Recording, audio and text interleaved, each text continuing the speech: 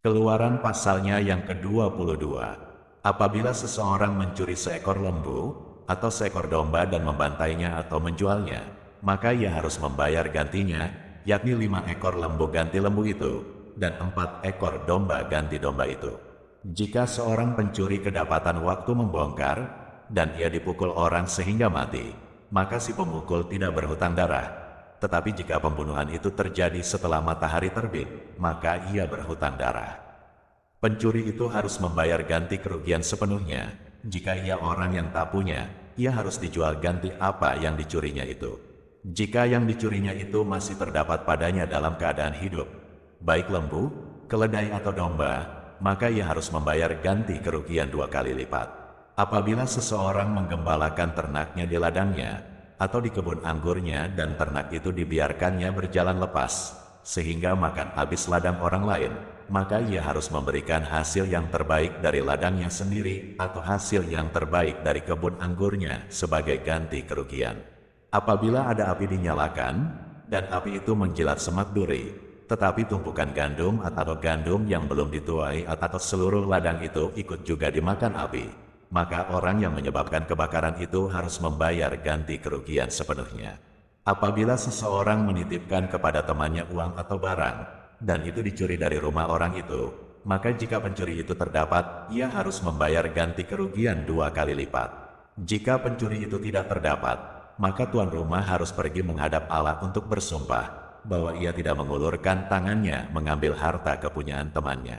Dalam tiap-tiap perkara pertengkaran harta, baik tentang seekor lembu, tentang seekor keledai, tentang seekor domba, tentang sehelai pakaian, baik tentang barang apapun yang kehilangan, kalau seorang mengatakan, "Inilah kepunyaanku," maka perkara kedua orang itu harus dibawa ke hadapan Allah.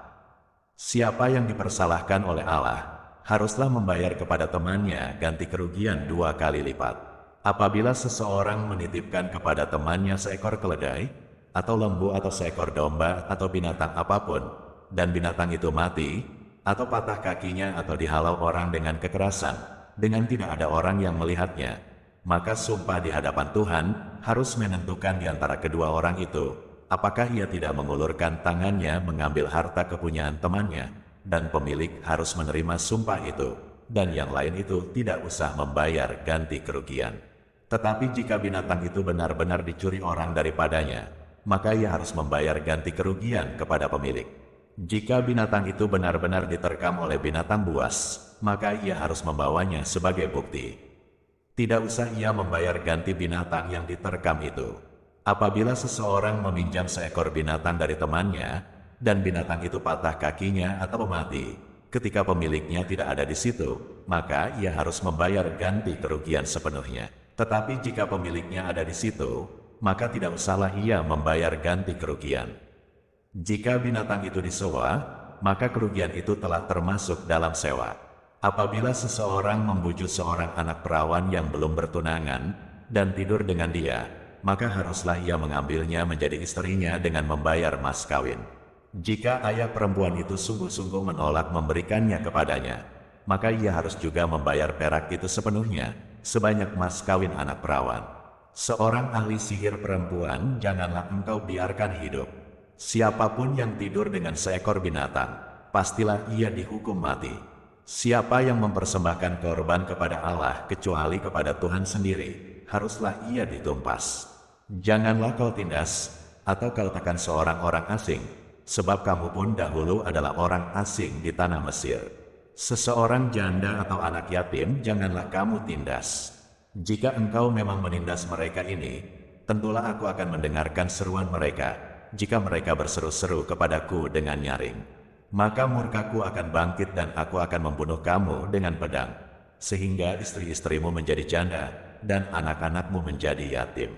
Jika engkau meminjamkan uang kepada salah seorang dari umatku, orang yang miskin di antaramu, maka janganlah engkau berlaku sebagai seorang penagih hutang terhadap dia. Janganlah kamu bebankan bunga uang kepadanya. Jika engkau sampai mengambil jubah temanmu sebagai gadai, maka haruslah engkau mengembalikannya kepadanya sebelum matahari terbenam, sebab hanya itu saja penutup tubuhnya, itulah pemalut kulitnya, pakai apakah ia pergi tidur. Maka apabila ia berseru-seru kepadaku, aku akan mendengarkannya, sebab aku ini pengasih. Janganlah engkau mengutuki Allah dan janganlah engkau menyumpahi seorang pemuka di tengah-tengah bangsamu. Janganlah lalai mempersembahkan hasil gandummu dan hasil anggurmu. Yang sulung dari anak-anakmu lelaki haruslah kau persembahkan kepadaku.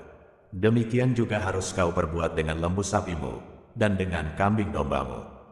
7 hari lamanya anak-anak binatang itu harus tinggal pada induknya. Tetapi pada hari yang ke-8 haruslah kau persembahkan binatang-binatang itu kepadaku. Haruslah kamu menjadi orang-orang kudus bagiku. Daging ternak yang diterkam di padang oleh binatang buas, janganlah kamu makan, tetapi haruslah kamu lemparkan kepada anjing. Keluaran pasalnya yang ke-23. Janganlah engkau menyebarkan kabar bohong. Janganlah engkau membantu orang yang bersalah dengan menjadi saksi yang tidak benar. Janganlah engkau turut-turut kebanyakan orang melakukan kejahatan, dan dalam memberikan kesaksian mengenai sesuatu perkara janganlah engkau turut-turut kebanyakan orang membelokkan hukum. Juga janganlah memihak kepada orang miskin dalam perkaranya. Apabila engkau melihat lembu musuhmu atau keledainya yang sesat, maka segeralah kau kembalikan binatang itu. Apabila engkau melihat rebah keledai musuhmu karena berat bebannya, maka janganlah engkau enggan menolongnya.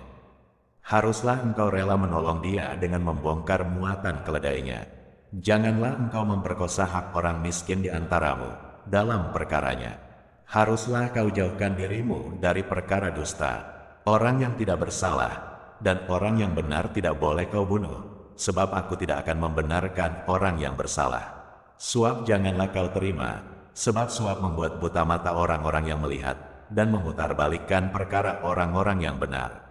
Orang asing janganlah kamu tekan, karena kamu sendiri telah mengenal keadaan jiwa orang asing, sebab kamu pun dahulu adalah orang asing di tanah Mesir.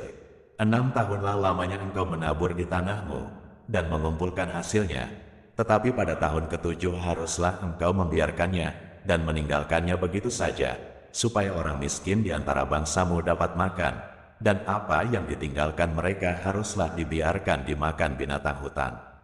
Demikian juga kau lakukan dengan kebun anggurmu dan kebun zaitunmu. 6 harilah lamanya engkau melakukan pekerjaanmu, tetapi pada hari ke-7 haruslah engkau berhenti, supaya lembu dan keledaimu tidak bekerja, dan supaya anak budakmu perempuan dan orang asing melepaskan lelah. Dalam segala hal yang kufirmankan kepadamu, haruslah kamu berawas-awas, nama Allah lain janganlah kamu panggil, janganlah nama itu kedengaran dari mulutmu. 3 kali setahun haruslah engkau mengadakan perayaan bagiku. Hari raya roti tidak beragi haruslah kau pelihara. 7 hari lamanya engkau harus makan roti yang tidak beragi, seperti yang telah kuperintahkan kepadamu, pada waktu yang ditetapkan dalam bulan Abib, sebab dalam bulan itulah engkau keluar dari Mesir. Tetapi janganlah orang menghadap ke hadiratku dengan tangan hampa. Kau peliharalah juga hari raya menuai, yakni menuai buah bungaran dari hasil usahamu menabur di ladang. Demikian juga hari raya pengumpulan hasil pada akhir tahun, apabila engkau mengumpulkan hasil usahamu dari ladang.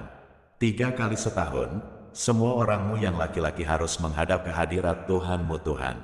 Janganlah kau persembahkan darah korban sembelihan yang kepadaku, beserta sesuatu yang beragi, dan janganlah lemak korban hari rayaku bermalam sampai pagi. Yang terbaik dari buah bungaran hasil tanahmu, haruslah kau bawa ke dalam rumah Tuhan, Allahmu. Janganlah kau masak anak kambing dalam susu induknya. Sesungguhnya aku mengutus seorang malaikat berjalan di depanmu, untuk melindungi engkau di jalan, dan untuk membawa engkau ke tempat yang telah kusediakan. Jagalah dirimu di hadapannya, dan dengarkanlah perkataannya. Janganlah engkau mendurhaka kepadanya, sebab pelanggaranmu tidak akan diampuninya, sebab namaku ada di dalam dia. Tetapi jika engkau sungguh-sungguh mendengarkan perkataannya, dan melakukan segala yang kufirmankan, maka aku akan memusuhi musuhmu, dan melawan lawanmu. Sebab malaikatku akan berjalan di depanmu, dan membawa engkau kepada orang Amori, orang Het, orang Feris, orang Kanaan, orang Hewi dan orang Yebus, dan aku akan melenyapkan mereka. Janganlah engkau sujud menyembah kepada Allah mereka, atau beribadah kepadanya, dan janganlah engkau meniru perbuatan mereka, tetapi haruslah engkau memusnahkan sama sekali patung-patung berhala buatan mereka, dan tugu-tugu berhala mereka haruslah kau remukkan sama sekali. Tetapi kamu harus beribadah kepada Tuhan, Allahmu, maka Ia akan memberkati roti makananmu dan air minumanmu, dan aku akan menjauhkan penyakit dari tengah-tengahmu. Tidak akan ada di negerimu perempuan yang keguguran atau mandul. Aku akan menggenapkan tahun umurmu. Kengerian terhadap aku akan kukirimkan mendahului engkau. Aku akan mengacaukan semua orang yang kau datangi, dan aku akan membuat semua musuhmu lari membelakangi engkau. Lagi aku akan melepaskan tabuhan mendahului engkau, sehingga binatang-binatang itu menghalau orang Hewi, orang Kanaan, dan orang Het itu dari depanmu. Aku tidak akan menghalau mereka dari depanmu dalam 1 tahun, supaya negeri itu jangan menjadi sepi, dan segala binatang hutan jangan bertambah banyak melebihi engkau. Sedikit demi sedikit aku akan menghalau mereka dari depanmu, sampai engkau beranak cucu sedemikian, hingga engkau dapat memiliki negeri itu. Aku akan menentukan batas daerahmu dari Laut Tebraus sampai Laut Filistin dan dari padang gurun sampai Sungai Efrat, sebab aku akan menyerahkan penduduk negeri itu ke dalam tanganmu, sehingga engkau menghalau mereka dari depanmu. Janganlah mengadakan perjanjian dengan mereka ataupun dengan Allah mereka. Mereka tidak akan tetap diam di negerimu, supaya mereka jangan membuat engkau berdosa kepadaku dengan beribadah kepada Allah mereka, sebab tentulah hal itu menjadi jerat bagimu. Keluaran pasalnya yang ke-24. Berfirmanlah Ia kepada Musa, naiklah menghadap Tuhan, engkau dan Harun, Nadab dan Abihu, dan 70 orang dari para tua-tua Israel, dan sujudlah kamu menyembah dari jauh. Hanya Musa sendirilah yang mendekat kepada Tuhan, tetapi mereka itu tidak boleh mendekat, dan bangsa itu tidak boleh naik bersama-sama dengan dia. Lalu datanglah Musa, dan memberitahukan kepada bangsa itu segala firman Tuhan, dan segala peraturan itu, maka seluruh bangsa itu menjawab serentak, segala firman yang telah diucapkan Tuhan itu, akan kami lakukan. Lalu Musa menuliskan segala firman Tuhan itu. Keesokan harinya pagi-pagi didirikannyalah mezbah di kaki gunung itu, dengan 12 tugu sesuai dengan ke-12 suku Israel. Kemudian disuruhnyalah orang-orang muda dari bangsa Israel, maka mereka mempersembahkan korban bakaran, dan menyembelih lembu-lembu jantan sebagai korban keselamatan kepada Tuhan. Sesudah itu Musa mengambil sebagian dari darah itu, lalu ditaruhnya ke dalam pasu. Sebagian lagi dari darah itu disiramkannya pada mezbah itu. Diambilnyalah kitab perjanjian itu, lalu dibacakannya dengan didengar oleh bangsa itu, dan mereka berkata, segala firman Tuhan akan kami lakukan dan akan kami dengarkan.